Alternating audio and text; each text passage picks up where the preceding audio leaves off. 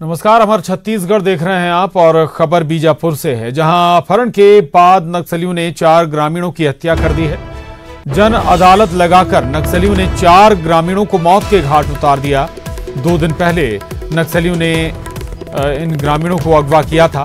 मेटापाल और पूसनार से करीब 25 ग्रामीणों को अगवा किया गया था और अब भी नक्सलियों के कब्जे में 16 ग्रामीण मौजूद हैं। वहीं पुसनार गांव के 2 ग्रामीणों की हत्या की पुष्टि हो गई है। मेटापाल निवासी 2 ग्रामीणों की हत्या की भी सूचना है। गंगालूर थाना क्षेत्र का ये मामला है।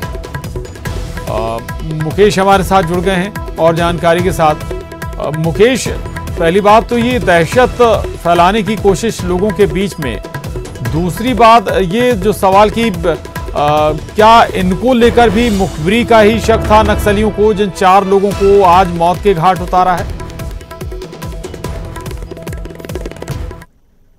दहशत का माहौल बनाए रखने के लिए माओवादी आए दिन इस तरह की वारदात को अंजाम देते हैं। निर्दोष आदिवासियों को, निर्दोष ग्रामीणों की निर्मम हत्या करके उन पे जो है पुलिस मुखबिरी का आरोप लगा देते हैं और ये बिल्कुल सामान्य सा आरोप है माओवादियों का।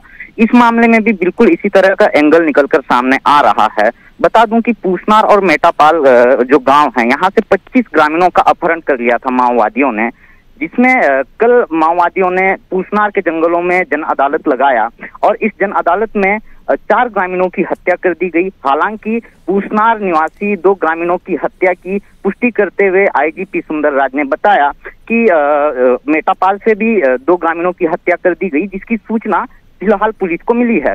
क्योंकि वो जो पूरा इलाका है माओवादियों के प्रभाव वाला इलाका है, लिहाजा जो पीड़ित परिजन हैं वो भी पुलिस तक नहीं पहुंच पा रहे हैं। इस वजह से पुलिस की एक टीम को घटना स्थल के लिए रवाना कर दिया गया है। क्योंकि देर रात बारिश तेज हुई, इस वजह से चेरपाल का जो पुलिया है वहां पे बाढ़ जैसी स्थिति निर्मित हुई थी नदी में, और साथ ही बुर्जी के पास भी जो नदी बहता है वहां भी बाढ़ जैसे हालात हैं। इस वजह से जवान अभी तक घटना स्थल तक नहीं पहुंच पाए हैं। हालांकि एसपी कमलोचन कश्यप ने हमें बताया है कि घटना की सूचना मिलते ही, जानकारी मिलते ही घटना स्थल को पुलिस बल रवाना कर दिया गया है। क्योंकि काफी बैकवर्ड एरिया है और वहां तक पहुंचना जवानों को एक तरीके से पूरी तरह ऑपरेशन प्लान करके जाना होगा और एहतियात और सुरक्षा का पूरा ध्यान रखते हुए उस इलाके में फोर्स पहुंचती है। लिहाजा जवान जब तक वापस नहीं लौट आते तब तक मारे गए लोगों की जो शिनाख्त है वो कर पाना संभव नहीं है, और किस तरह की परिस्थितियां निर्मित हुई और किस तरह इस पूरे वारदात को माओवादियों ने अंजाम दिया, तभी ये तस्वीर स्पष्ट हो पाएगी। ये न केवल 4 लोग बल्कि उन 16 लोगों की जान खतरे में है। अभी जो नक्सलियों के कब्जे में है उन्हें छुड़ाने के लिए क्या कोशिशें हो रही हैं? जी देखिए, आपको बता दूं कि 25 ग्रामीणों के अपहरण की खबर आई, जिसमें से 4 ग्रामीणों की हत्या कर दी गई और जो 16 ग्रामीणों के अगवा कर अपने पास रखने की खबर थी, अब जिस तरीके से खबरें निकलकर आ रही हैं कि उन 16 ग्रामीणों को जन अदालत में ही मारपीट कर छोड़ दिया गया है, उन्हें चेतावनी देकर छोड़ दिया गया है माओवादियों द्वारा। तो फिलहाल माओवादियों के कब्जे में किसी ग्रामीण के होने की सूचना तो नहीं है, लेकिन हाँ ये इस बात की पुष्टि जरूर हो चुकी है कि 2 ग्रामीणों की हत्या कर दी गई है और 2 ग्रामीणों की हत्या की सूचना पुलिस के पास है, जिसकी तस्दीक के लिए पुलिस की एक टीम उस इलाके में रवाना हो चुकी है। आपको बता दूं कि ये कोई पहला मामला नहीं है। कल ही दंतेवाड़ा में जो है माओवादियों ने 2 ग्रामीणों की हत्या कर दी थी, मुखबिरी का आरोप लगाया था। यदि हम बीजापुर की बात करें तो इस पखवाड़े में जिले में 3 लगातार इस तरह के वारदात को अंजाम दिया माओवादियों ने। इससे पहले एक आरक्षक की हत्या कर दी थी सरे बाजार, और उसके बाद एएसआई का अपहरण कर उसकी हत्या कर दी गई, और अब इन 4 ग्रामीणों की हत्या कर दी गई है। निश्चित तौर पर ये कहीं ना कहीं माओवादियों का जिस तरीके से जनाधार गिरता जा रहा है, लोगों से मन के माओवादियों का खौफ धीरे धीरे कम होने लगा है, और उस खौफ को बरकरार रखने के लिए या फिर इलाके में दहशत का माहौल बनाने के लिए इस तरह की वारदात को अंजाम दे रहे हैं माओवादी, निर्दोष ग्रामीणों की हत्या करके। जी बिल्कुल बिल्कुल। तो 4 ग्रामीणों की हत्या की गई है आज। इससे पहले 2 ग्रामीणों की भी पहले दंतेवाड़ा में हत्या कर दी गई थी। कोशिश यही है कि दहशत का माहौल बनाया जाए, डर का माहौल ग्रामीणों के बीच बनाया जाए। ये एक संकेत भी है मुकेश की, चूंकि लगातार बैकफुट पर हैं नक्सली और इसलिए अपनी मौजूदगी भी दर्ज कराने की कोशिश बार बार कर रहे हैं ऐसे माध्यमों से। मुकेश, इलाके में बैकफुट पर हैं, किसी बड़ी वारदात को अंजाम नहीं दे पा रहे हैं और पुलिस का जो दबदबा है उनके आधार इलाके में बढ़ चुका है। शहीदी सप्ताह की बात करें तो शहीदी सप्ताह में भी पुलिस जिले के चप्पे चप्पे पर जो है ऑपरेशन प्लान की हुई थी और पुलिस अब अपनी रणनीति में बड़े स्तर पे तब्दीलियां लाकर एंटी नक्सल ऑपरेशन चला रही है। लिहाजा माओवादियों का जो दबदबा है वो कम होने लगा है, माओवादियों का खौफ कम होने लगा है।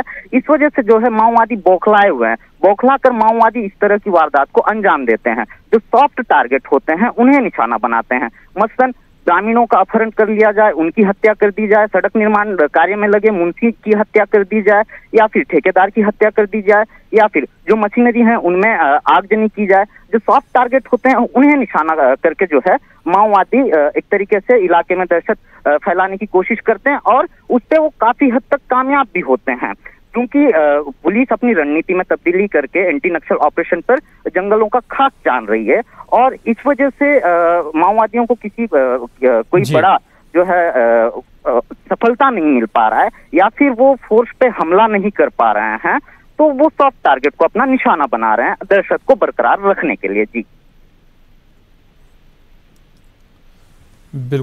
बिल्कुल, दहशत को बरकरार रखने की कोशिश लगातार नक्सलियों के जरिए की जा रही है। शुक्रिया मुकेश आपका इस पूरी जानकारी के लिए, धन्यवाद। और अब अगली खबर का रुख करेंगे। अगली खबर रायपुर से है, जहां छेरी खेड़ी के पास भीषण सड़क हादसा हुआ।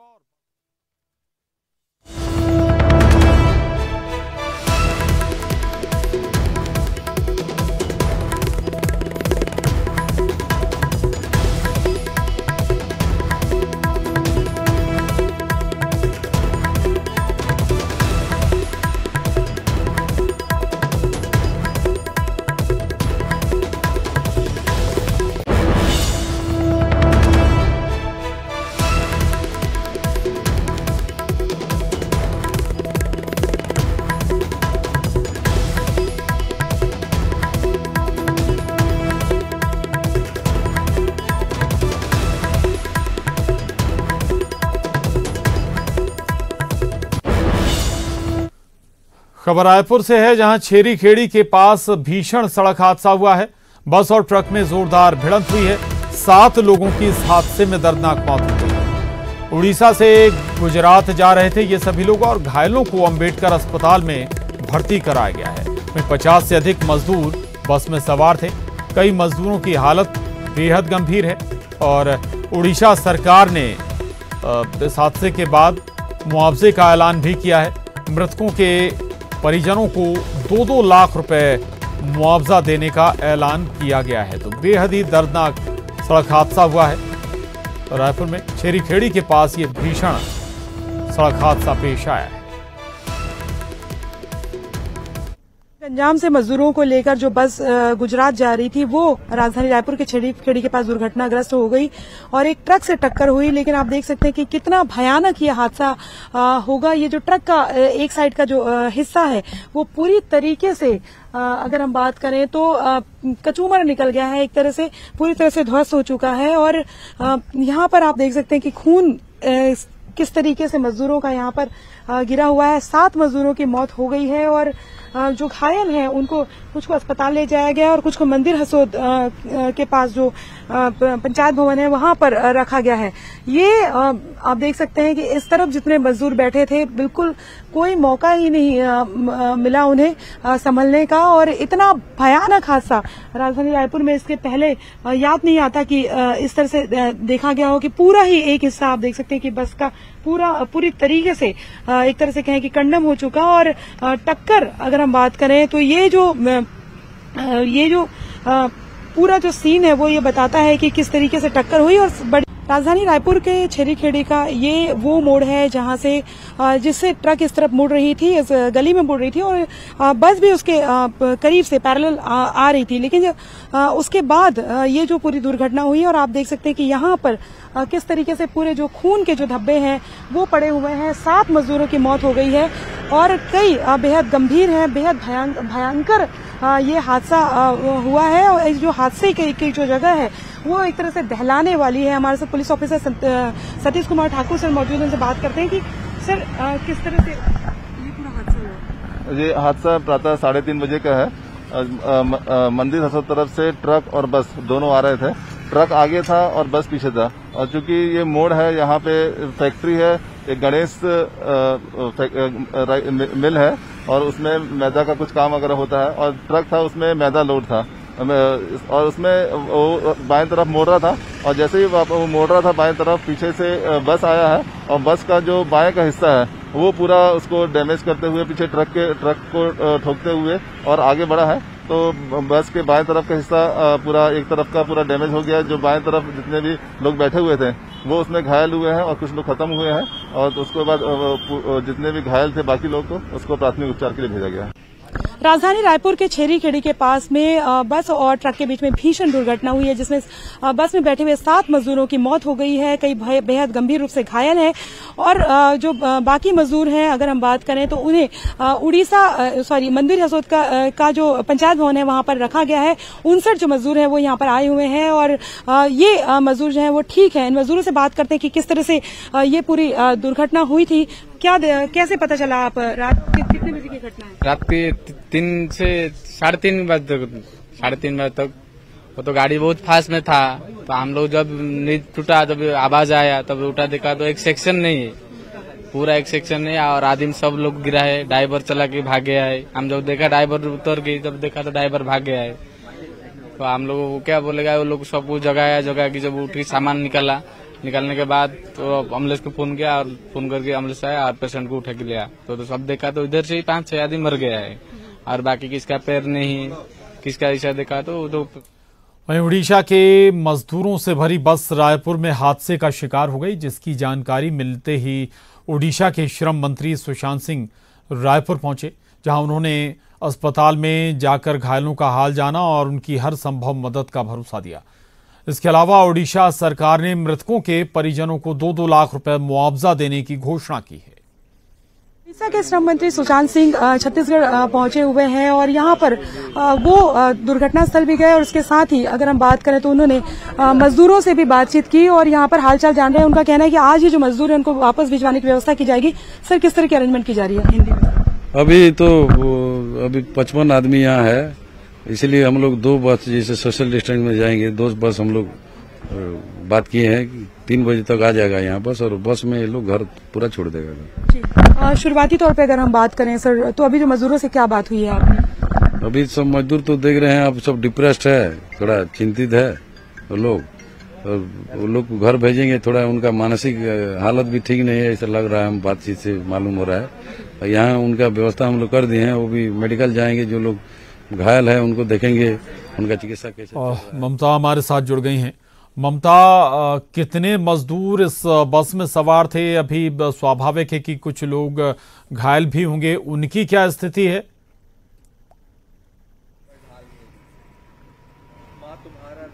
बिल्कुल, देखिए लगभग 76 जो मजदूर हैं वो बस में सवार थे, और जो घायल हैं अगर हम बात करें तो अभी अगर बात करें 8 लोगों की मौत हो चुकी है, और इसके साथ अगर हम बात करें घायलों की स्थिति काफी खराब है। अगर अम्बेडकर अस्पताल में उन्हें भर्ती किया गया है। श्रम मंत्री सुशांत सिंह राजधानी रायपुर पहुंचे और यहां पर आकर उन्होंने दुर्घटना स्थल का भी जायजा लिया। उसके साथ ही जहां पर मंदिर हसोद का जो पंचायत भवन है वहां पर जो मजदूर हैं उनसे बातचीत की। ये वो मजदूर हैं जो बाल बाल बचे हैं, करीबन 59 जो मजदूर हैं वो पंचायत भवन में रखे गए हैं। सुशांत सिंह ने कहा कि आज ही बस करके, चूंकि 59 का आंकड़ा है, तो 2 बसों के जरिए ताकि सोशल डिस्टेंसिंग का पालन हो सके अरेंजमेंट करके उनको भेजा जाएगा, और आज ही उनको उनके घर रवाना किया जाएगा। दूसरी अगर हम बात करें अस्पताल के अंदर के भीतर जो मजदूर हैं उसमें से 5 जो है वो बेहद गंभीर थे, उसमें से 1 की डेथ हो चुकी, और बाकी जो 4 है उनकी हालत बेहद खराब है। ये जो कुछ मजदूर हैं उनके पैर जो है वो कट चुके हैं, और इसके साथ ही अगर हम बात करें तो बाकी जो मजदूर हैं उनकी भी स्थिति जो है वो बहुत ठीक नहीं है। घायलों का इलाज किया जा रहा है। सुशांत सिंह अम्बेडकर अस्पताल भी पहुंचे थे, डॉक्टरों से मिले और उन्होंने प्रॉपर जो है उनसे जानकारी ली है, और उन्होंने ये भी कहा कि जो मजदूर हैं उनके जो पूरे इलाज का जो खर्चा है वो उड़ीसा जो गवर्नमेंट है बुरी स्थिति में है, गंभीर अवस्था में है। और लेकिन जो ममता बता रहे हैं कि 70 से ज्यादा मजदूर बस में सवार थे, यानी कि ओवरलोडेड ये बस थी, जो हादसे की बड़ी वजह भी हो सकती है। शुक्रिया ममता आपका इस पूरी जानकारी के लिए। वक्त एक छोटे से ब्रेक का है।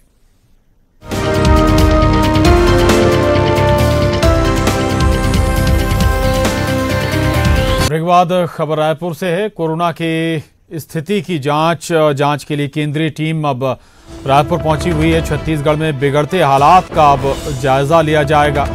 वहीं दुर्ग, राजनांदगांव, बिलासपुर का भी दौरा करेगी टीम। कोरोना संक्रमण और इलाज का जायजा लेगी। बिगड़ते हालात के बीच केंद्र ने टीम भेजी है।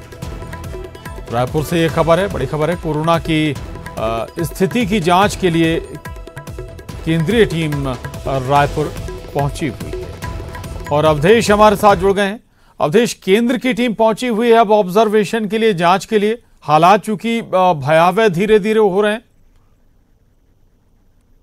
बिल्कुल, देखिए, दरअसल देश भर में जिन राज्यों में अगस्त के माह में सर्वाधिक संक्रमण का दर रहा, उन राज्यों में केंद्र ने टीम भेजी और उन राज्यों में छत्तीसगढ़ का भी नाम शामिल है, जहां पे आज सवेरे टीम पहुंची है। और टीम के द्वारा छत्तीसगढ़ में उपलब्ध सुविधाओं का, कोविड के से उपचार से लेकर कोविड की तमाम व्यवस्थाओं का जायजा लिया जाएगा। अभी जो जानकारी निकल के आई है, जो टीम है वो एम्स पहुंची हुई है। एम्स में मौजूद उन तमाम सुविधाओं के सहित जो लैब है, जो टेस्टिंग लैब है, उसके भी रिपोर्ट का अध्ययन करेगी कि जो परसेंटेज है वो किस गति से आगे पीछे हो रही है, जो फ्लक्चुएट अगर कर रहा है तो वो क्यों कर रहा है। इसके बाद जो टीम है वो बिलासपुर भी जाएगी, दुर्ग जाएगी और राजनांदगांव जाएगी। वहां पर प्रशासन से लेकर स्वास्थ्य विभाग के अधिकारियों से चर्चा कर तमाम सुविधाओं का जायजा लिया जाएगा। तमाम चीजों की समीक्षा करके एक रिपोर्ट तैयार की जाएगी और वो रिपोर्ट केंद्रीय सरकार, केंद्र के स्वास्थ्य मंत्रालय को सौंपा जाएगा। उसके बाद ये तय किया जाएगा कि सुविधाओं में या फिर जो मौजूद उपचार है उसमें और क्या वृद्धि की जा सकती है या सुविधाओं को और कैसे बदला जा सकता है। तो कुल मिला के प्रशासन ये समझा जा सकता है कि छत्तीसगढ़ में अगस्त के माह में जायजा लेगी और समीक्षा करेगी क्या हालात हैं, क्या वजह हैं, क्यों संक्रमण बढ़ रहा है छत्तीसगढ़ में। शुक्रिया अवधेश आपका इस पूरी जानकारी के लिए।